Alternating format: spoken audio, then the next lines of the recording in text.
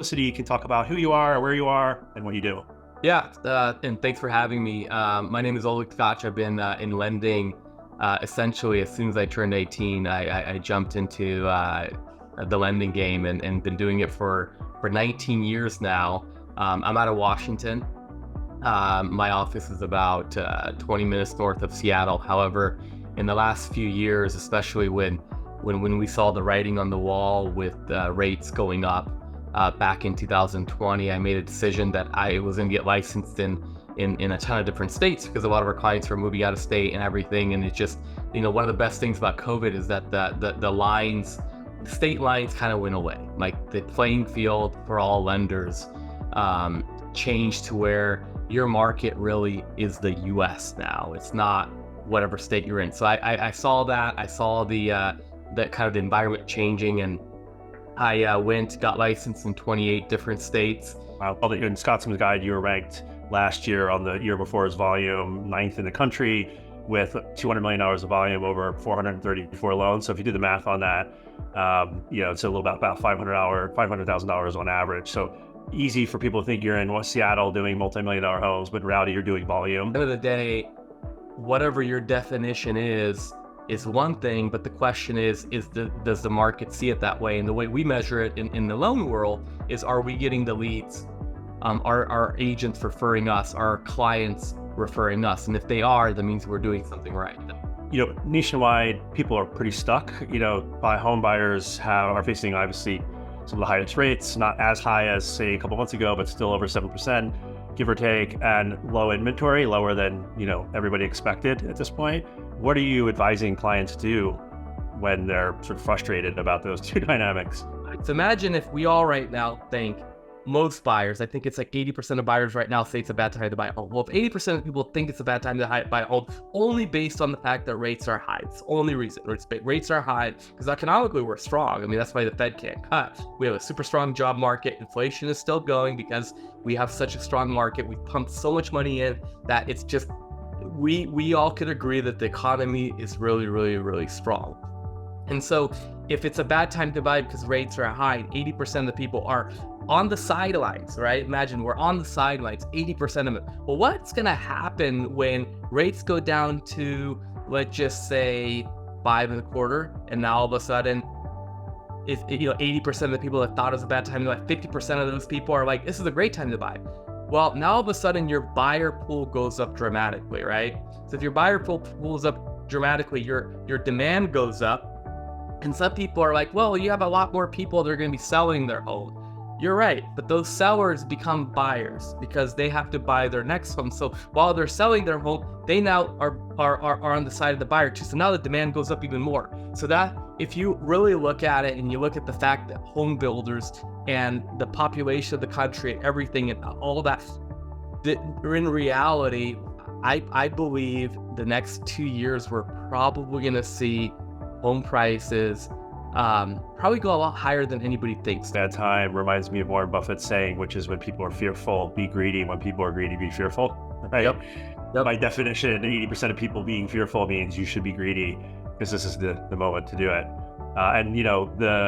To your point about controlling what you can control, the whole point of this show being called Date the Rates is you can date the rate, you can always refi later, but if prices do go up, you can't do anything about it. What people don't really factor in is, what is your true rate that you're paying? Because when you actually look at low interest rates from a tax perspective, your tax deduction is probably the lowest it's ever been, right?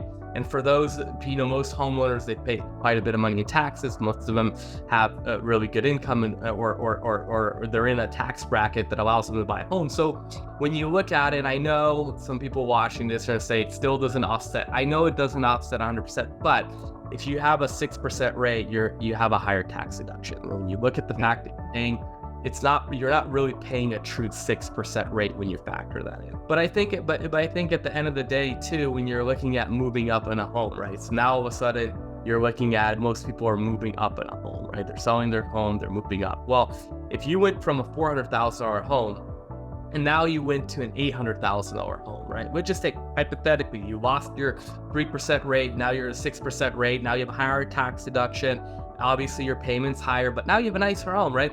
Well, if home values go up 10% because rates drop down, that $800,000 home, you just gained $80,000 of equity versus that $400,000 home, you gained $40,000 in equity. So in reality, now you have an additional $40K equity gain. So from a standpoint of building wealth, are you really losing a lot?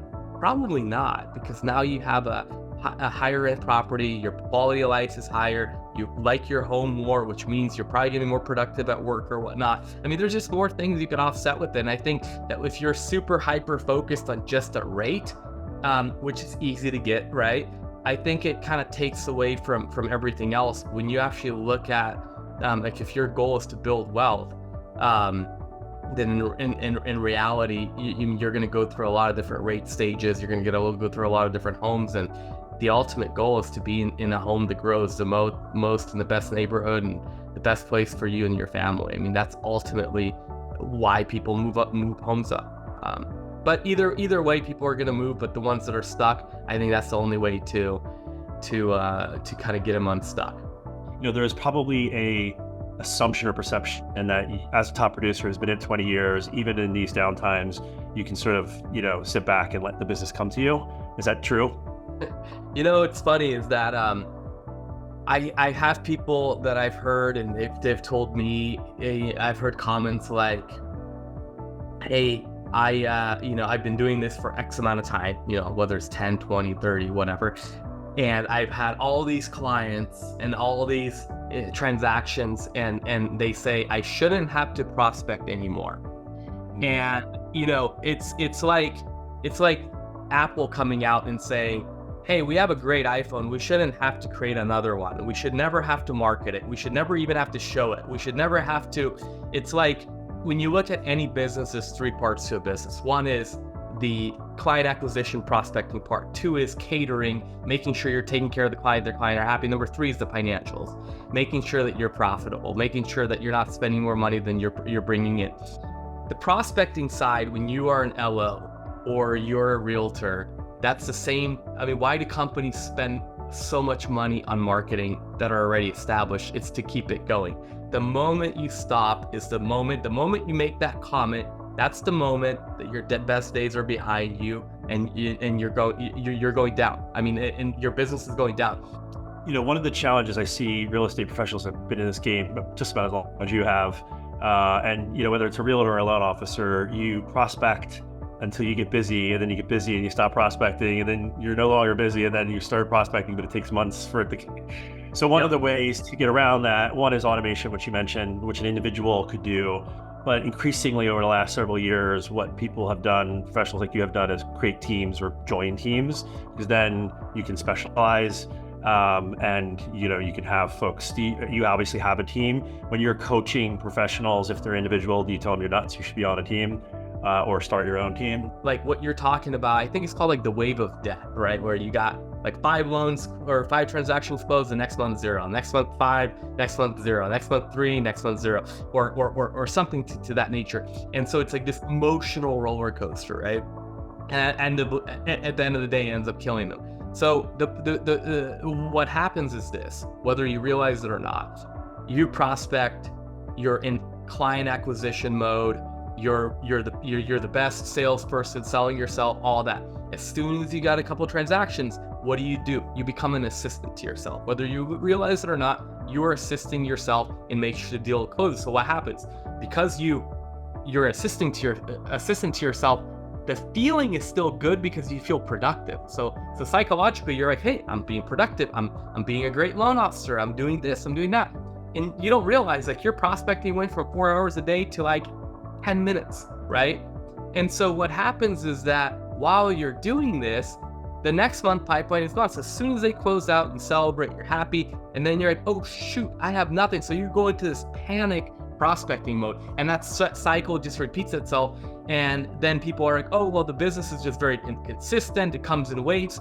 Well, it comes in waves for you because your prospecting is waves. So I have this thing I call it the rule of 90, which means the deals that you close, the prospecting that you're doing today is going to impact you 90 days from now. So if you are an assistant to yourself today because you have a full pipeline and you're not prospecting, 90 days from now, you're going to be in trouble. Like you're going to have no pipeline. So then you're going to jump into it. So I always tell myself the rule of 90, because for me, it's like when I feel like, oh shoot, we're really, really busy. Maybe I should slow it down because you don't want to break the team or whatnot. I always remind myself, I'm like, no, we're busy because 90 days from now is a freaking killer. This has been a chock full of great advice session. So I appreciate your time, and I want to be cognizant of it. I promised you I'd let you go after 30 minutes. So thank you for your time. Any sort of parting words of wisdom? Well, I did want to talk about knock, because that's what brought us together. And I actually wanted to just first thank you for knock, because, doing this for 19 years, I've heard of a lot of different bridge loan products. Like I've had a lot thrown at me. We've tried them. Like none of them, they all suck. They all are horrible. So 6 months ago or 9 months ago now, we get knock. And I'm like, well, let's not advertise it to our agents, to our clients, because who knows? This might be just another horrible program. I think we're doing like 4 to 5 a month right now. It is unbelievable. Not only does it give you a competitive advantage, and when I talked about you got to have a product that give you a competitive advantage, but like who right now wants a contingent offer to get accepted? No one. Why? Well, there's 2 reasons for it. Even if the home could sell quickly, well, you don't know if the other deal is going to fall apart, right? Like just because you have a deal under contract doesn't mean it's going to fall apart. So because lenders are inconsistent, that's why realtors don't want to accept contingent offers. Number 2 is who knows if the home will sell, right? So what knock does for a client, it's unbelievable. I mean, you could take most of your equity out for a down payment. You could pay off their debt to qualify, which is huge. Like what product allows you to pay off debt to qualify for the next mortgage? And then the last one, and I think that a lot of agents are using this, or at least we're telling them this is the way you should use it, the strategy of pull 35K out, do the remodel, the light remodel, so that way you can get top dollar. So I think from a strategic standpoint as a lender, knock is the greatest program to sell to agents, because it solves the need that we have in the market right now. I was talking to a builder, a really, really big builder, I won't mention their names, but we're their official preferred backup lender, and I brought up knock to a lot of the sales associates, and last fall, whenever it's fall time, people don't really kind of have an issue with contingent sales, but spring they do. So I brought this up in the spring. They had me present to every builder rep there. So we presented to all the rep what knock does, all that, and everybody was like, well, yeah, we've heard about bridge loan products before, but they don't really work. And I said, I'm the same way. And this is why I was so hesitant to push this. But I think that knock is probably my favorite product that has come out probably in the last 5 years. It is absolutely money because it works as advertised. And I know that the owner of your company knows the president of our company, and that's how it all came together. And you guys designed it in a way where it's true to how it's advertised. And I gotta say, no easier way to not only get in front of referral partners, but no easier way also as a agent to offer it, to bring it to a listing presentation, than to have knock in your back pocket. And sure, it's not for everyone, but the ones that it's for, it's freaking incredible. So it's something that me and my team were using nonstop. It's our go-to product right now. And I don't think that's gonna change anytime soon. In fact, I think knock is actually gonna be more relevant when it gets more competitive next year. When rates drop and people are moving up, I think knock is gonna be definitely like a game-changing product for us, RLOs that work at our company. I appreciate that feedback. We've been working on it for a long time, and it's been lots of feedback, good and bad. That's helped us iterate over time. And our goal is to make everyone like the 1% who can just go out and buy the home that they want without worrying about the house that they have, and have that liquidity and that convenience and certainty. So really appreciate that feedback, and happy to have you as a partner to not only use the product. You guys are awesome, man. You guys really are. Appreciate it.